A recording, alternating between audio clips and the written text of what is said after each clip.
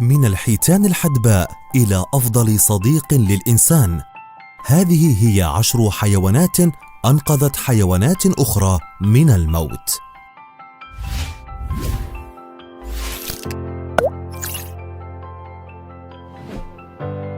صغار البط. لم ينقذ هذا الكلب حياة واحدة فحسب، بل أنقذ الكثيرين بعد أن أصبح أباً لمجموعة من البط اليتيمين. عندما تيتم صغار البط في قلعة مونيفيلس في أسكس إنجلترا، تولى كلب لبرادور يبلغ من العمر 10 سنوات ويدعى فريد دور الأم والأب للصغار. لم تكن أم صغار البط موجودة في أي مكان، ومن هنا بدأ الصغار في السير وراء الكلب بمفردهم. لكن فريد استقبلهم على الفور وبدأ يعتني بهم منذ ذلك الحين. يتبع صغار البط فريد في كل مكان، وهو يأخذهم على ظهره للسباحة في بركة القلعة. كان مالك فريد جيرمي قلقا بشأن الصغار عندما تم العثور عليها، لأنها كانت أصغر من أن تعتني بنفسها، ومن هنا فقد قادهم إلى داخل القلعة، حيث بدأ فريد على الفور في رعايتهم. كلب كبير ينقذ الصغير. تحب الكلاب أن تعيش في قطيع لأن الرابط بينهم قوية جدا، حتى إنه عندما تكون حياة أحدهم في خطر فإن الآخرين سيهرعون لإنقاذه. في لقطة كاميرا المراقبة هذه أنقذت كلبة بولتيرر بلو المسماة جيسي صديقتها تشاكي من الغرق في مسبح العائلة. يظهر الفيديو تشاكي وهي تسقط في البركة. شعرت جيسي أن صديقتها في خطر فذهبت لإنقاذها، ولكن لم تكن تعرف كيفية إنقاذها، وبدأت في متابعتها حول المسبح وهي تحاول السباحة بشكل محموم. اضطرت تشاكي للسباحة لمدة 34 دقيقة قبل أن تخرجها جيسي أخيرا من الماء باستخدام أسنانها. اكتشف المالكون ما حدث عندما وجدوا الكلبين مبللتين وفحصوا كاميرات المراقبة. حارس البحر. في مايو من عام 2012 لاحظ الباحثون مجموعة من الحيتان القاتلة تهاجم أنثى حوت رمادي وعجلها في خليج مونتيري كاليفورنيا. لسوء الحظ قتل العجل، ولكن في فعل يمكن كتابته كدليل على الإيثار جاءت الحيتان الحدباء لإنقاذها. كان 2 من الحيتان الحدباء في مكان الحادث بالفعل عندما هاجمت الحيتان القاتلة أنثى الحوت الرمادية، ولكن بعد مقتل العجل وصل حوالي 14 آخرين من الحيتان الحدباء، وعلى ما يبدو لمنع الحيتان القاتلة من أكلها.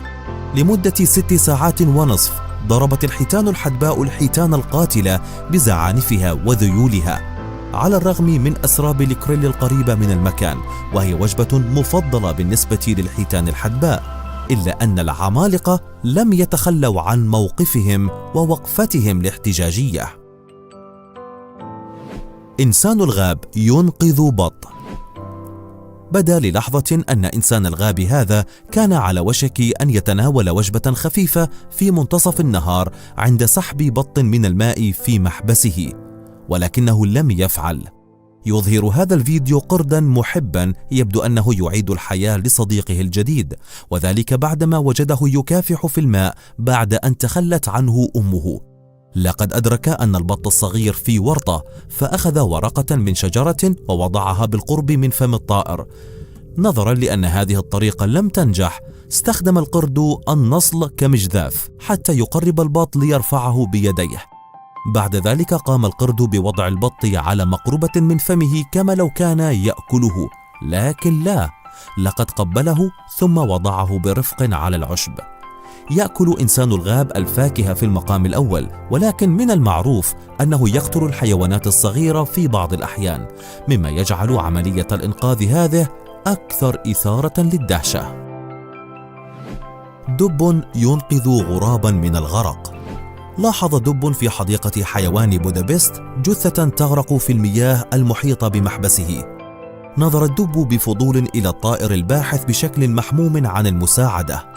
في مرحلة ما يبدو أن الحيوانين تواصلا بالعينين، حيث طلب الغراب المساعدة. هرع الدب إلى الماء وساعد الطائر على الخروج. بعد إنقاذه عاد الدب إلى روتينه المعتاد في الأكل والمشي دون الالتفات إلى الغراب. من الواضح أن الدب شعر بألم الطائر الذي كان يغرق، وعلى الرغم من أنه لم يكن دقيقا للغاية إلا أنه كان قادرا على فعل ذلك بدافع الرغبة الخالصة في مساعدة الطائر.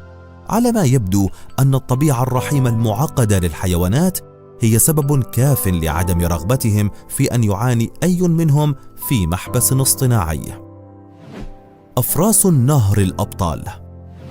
تتمتع أفراس النهر بسمعة مخيفة لسبب وجيه.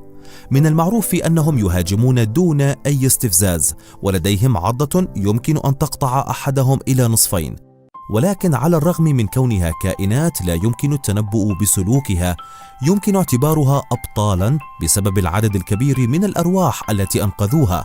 على سبيل المثال، في هذا الفيديو يمكنك مشاهدة مجموعة من أفراس النهر تهاجم تمساحاً بينما يوجد حمار وحشي في فكه. في فيديو آخر نرى أفراس النهر في مواجهة وجها لوجه مع 2 من التماسيح الضخمة لإنقاذ إيل. في المرتين لم تتوقف أفراس النهر عن مضايقة التماسيح حتى تحرير الفرائس وحرمان التماسيح من وجبة سهلة. الصغير ينقذ الكبير. في مارس أذار عام 2008 وجد 2 من حيتان العنبر الأقزام أنفسهم في شاطئ في نيوزيلندا. وصل ضباط الحفاظ على الحياة البرية على الفور إلى مكان الحادث لمساعدة الحيوانات العالقة. كان مالكوم سميث أحد الأشخاص الذين ساعدوا الحيتان، وأخبر BBC عن جهود الإنقاذ. حاول هو ومجموعة من الأفراد إرشاد الحيتان ودفعها في المحيط، ومع ذلك ربما بسبب حزنهم وخوفهم استمر في الوقوف مرارا وتكرارا. بعد ساعة عندما كانوا على وشك الاستسلام جاء دولفين يدعى موكو لإنقاذهم.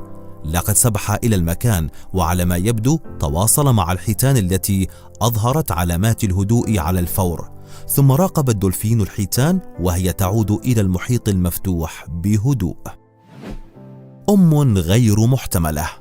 كان موظفو حديقة حيوان سمارا في روسيا متحمسين لولادة 3 أشبال من أسد الجبال، ومع ذلك كانوا يخشون ترك الأشبال مع والديهم خوفا من ردة فعلهم العدواني وإيذاء الصغار. لقد تم تركهم في رعاية تشارلي، وهي كلبة من فصيلة الراعي الألماني كان معها 5 جراء وغريزة الأمومة التي لا تنضب. منذ ذلك الحين أصبحت تشارلي وصغارها بالتبني يتعايشون بشكل جيد للغاية، وهي الآن تطعمهم وتعتني بهم كما لو كانوا صغارها. بصراحة من حسن الحظ أن الكلب والأشبال يتعايشان جيدا، وإلا ماذا كان ليحدث لهم؟ ربما كان البشر ليقوموا على رعايتهم. التماسيح وأسماك القرش. أحيانا ما حدث أن قامت سمكة قرش بإنقاذ حياة تمساح عن قصد أو عن غير قصد أو العكس. بناء على ما رأيناه اليوم هذا ممكن، ولكن احتمالية حدوثه قليلة إلى حد كبير. من المرجح أن يحاول هذان العملاقان عض بعضهما البعض بدلا من إلقاء التحية. في الآونة الأخيرة شوهد تمساح يأكل سمكة قرش قبالة الساحل الشرقي لجنوب أفريقيا، حيث إنها كانت مجرد سمكة قرش صغيرة. كانت هذه حالة نادرة موثقة للحيوانين بينما يتفاعلان بالفعل مع بعضهما البعض، وانتهى بهما الأمر بأن أصبح أحدهما طعاما للآخر.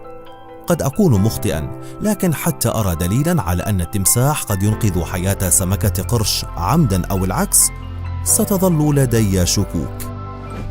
سقوط قرد. هذا أكثر عمل غير أناني ينم عن الإيثار لدى الحيوانات.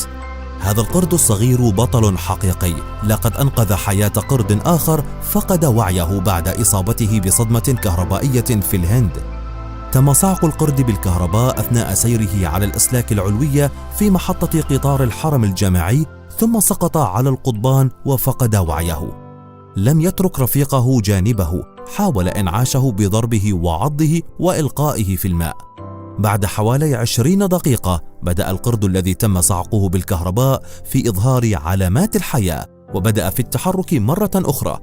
تم التقاط هذه السلسلة من الأحداث الرائعة بواسطة هاتف محمول. هذا كل شيء لليوم أيها الأصدقاء، والآن اترك تعليقا: ما هو الحيوان الذي أثار دهشتك أكثر من غيره؟ لقاء في المقاطع المقبلة من قناة. مع السلامة، حماكم الله، وشكرا على المشاهدة.